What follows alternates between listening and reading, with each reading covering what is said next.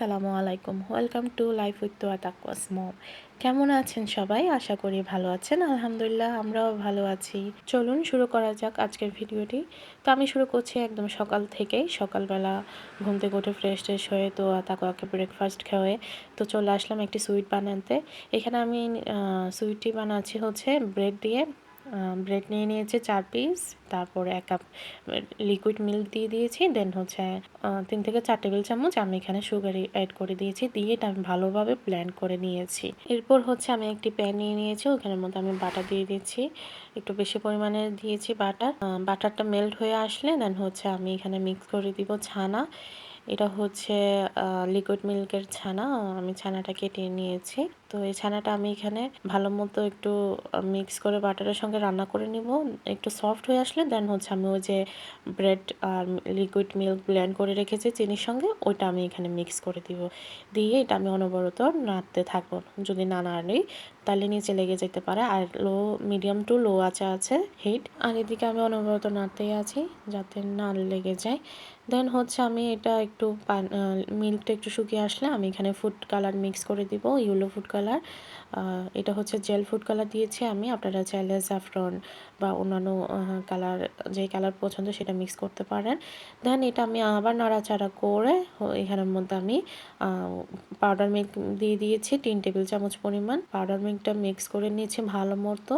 এই যে দেখছেন আমার এটা প্রায় গা ছাড়া হয়ে আসছে প্যান থেকে। এই পর্যায়ে আমি এখানে বাটার মিক্স করে দিব 1 টেবিল চামচ পরিমাণ, এর চেয়ে বেশি হবে।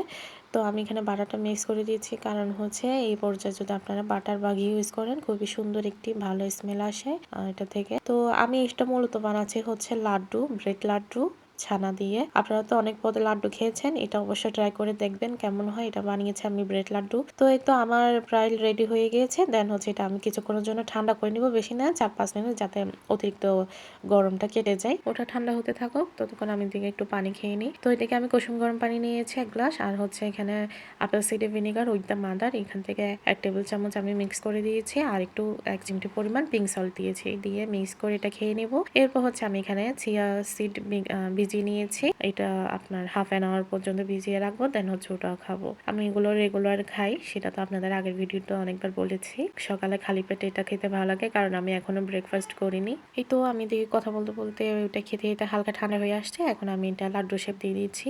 আমি এখানে 1 মুঠ পরিমাণ নিয়ে 1 মুঠের চেয়ে কম নিয়ে দেন হচ্ছে এটা আমি রাউন্ড করে শেপ করে নিয়েছি। এই তো মাশাআল্লাহ দেখেন আমি ডেকোরেশন করে নিয়েছি কাঠবাদাম আর হচ্ছে কিশমিশ দিয়ে আমি এটা ডেকোরেশন করে নিয়েছি সুন্দরভাবে। দেখতে পাচ্ছেন মাশাআল্লাহ অনেক সুন্দর হয়েছে। আমি আমার মেয়েদেরকে এরকম মাঝে মাঝে এক এক ধরনের মিষ্টি বানিয়ে খাওয়াই, কারণ হচ্ছে এই দেশে তো ভালো মিষ্টি পাওয়া যায় না। মানে আমাদের বাঙালি মিষ্টি, জর্দানি মিষ্টি অ্যাভেলেবেল পাওয়া যায়, এগুলো বেশি অতিরিক্ত পরিমাণ সুগার থাকে। তো চেষ্টা করি এক এক সময় এক এক রকমভাবে বানিয়ে খাওয়াতে। তো আজকে আইডিয়া করলাম যে এরকম করে বানিয়ে দিই। তো এই তো আপনারাও ট্রাই করতে পারেন রেসিপিটি। আর এদিকে আমি ছুরি মাছ বের করে নিয়েছি, ওটা রান্না করব। তো ওটা ক্লিন করা লাগবে। আর এদিকে দেখতে পাচ্ছেন আমার মিক্স সবজি ভাজি করা শেষ। আর এই পাশে পাটা শাক দিয়ে ডাল দিয়ে রান্না করছি। তো এই তো মাছটি কেটে নিয়েছি, এটা আমি আল হাসান থেকে নিয়ে এসেছিলাম। ওই যে দেখেছেন আগের ভিডিওটা, যারা দেখেননি তারা অবশ্যই আল হাসানের ভিডিওটা দেখে আসতে পারেন। এই তো আমার রান্না বান্না শেষ, পাটা শাক দিয়ে ডাল রান্না করেছি। দেন হচ্ছে এখানে ভাজি করেছি মিক্স সবজি নিয়ে। আর হচ্ছে আলু দিয়ে ছুরি মাছ দিয়ে রান্না করেছি। আপনারা কি মাছ বলেন আমাকে অবশ্যই কমেন্টে জানাবেন। আমরা ছুরি মাছ বলে থাকি। আর এদিকে ভাত রান্না করেছি। এই হচ্ছে আজকের রান্না বান্না। আমি আর শুট করিনি, রান্না বান্না কি রান্না করেছি রেসিপি শেয়ার করিনি। দেন হচ্ছে আমরা রাতের বেলা আমার হাজব্যান্ড অফিস থেকে এসেছে, আমরা একটু বাইরে বের হয়েছি। বাইরে বের হওয়ার কারণ হচ্ছে আমি যে মোবাইলটি দিয়ে ভিডিও করি সেই মোবাইলের অবস্থাটা খারাপ অনেক বাজেভাবে। ভিডিও প্লাস এডিটিং আমি বেশিরভাগ ল্যাপটপে করি। এই তো মানে সব কিছু নিয়ে কথা। আর আমার মোবাইলটা একটা নিয়ে কাভার হচ্ছে না, কারণ হচ্ছে আমার বাসা থেকে বাংলাদেশ থেকে অল টাইম আমার আম্মু কলে থাকে বা সবাই থাকে। তো ওই কারণে আমি এত কিছু করতে পারছি না। আর একদিকে হচ্ছে তো আর স্কুলে শুরু, ওনাদের সাথে অল টাইম হোয়াটসঅ্যাপে কানেক্ট থাকা লাগে। তো এই কারণেই আমার আরেকটি মোবাইল কিনা। হাজব্যান্ড বলল ঠিক আছে তাহলে চলো একটা মোবাইল কিনে দিই তোমাকে আর একটা এক্সট্রা। তাহলে দুটা থাকলে তোমার ওটা ভালোই হয়। তো এই তো একটা মোবাইল কিনতে চলে আসলাম। আমরা এসেছি দুয়ারকোব্বা। এর আগে একবার দেখেছিলেন নাকি ২ বার দেখেছিলেন আগের ভিডিওতে। আমরা প্রায় সময় কোনো কাজ থাকলে মোবাইল বিষয়ে বা ইলেকট্রিক বিষয়ে তো আমরা দুয়ারকোব্বায় আসি। ওইখান থেকে আমি মোবাইলটা কিনে নিয়েছি। এই তো দেখতে পাচ্ছেন আমার সুন্দর মোবাইল, মাশাআল্লাহ কালারটা দেখতে সুন্দর। এটা হালকা পিঙ্ক কালার। স্যামসাং নিয়েছি এবার। আমি সব মোবাইলে ব্র্যান্ড ইউজ করা হয়েছে, জাস্ট এখন স্যামসাংটা বাকি ছিল, ওটা ইউজ করব ইনশাল্লাহ। তো এই তো নিয়ে নিলাম। এটা হচ্ছে নিউ আপডেট এসেছে স্যামসাং A56 5G, যেটা একদম নিউ আপডেট ছিল সেটাই নিয়েছি। এস জেনারেশনের মোবাইলও ছিল, আমি ওগুলো নিই নি কারণ আমার মোবাইল টেকসই না, হয় না কেন জানি না, আমার হাতে মোবাইল থাকে না বেশি একটা।